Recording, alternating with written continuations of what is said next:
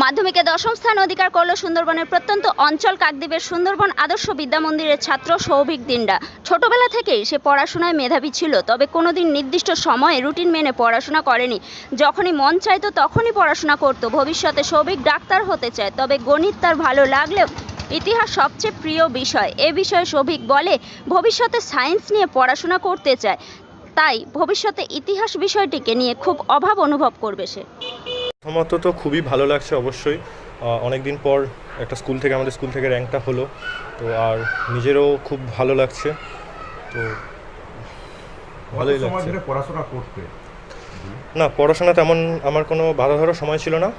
এমনি সকালে পড়েছি, বিকেলে সন্ধেবেলা যেরকম পড়ি মোটামুটি আমি পড়েইছি। যেটুকু সময় পড়েছি মন দিয়ে পড়ার চেষ্টা করেছি।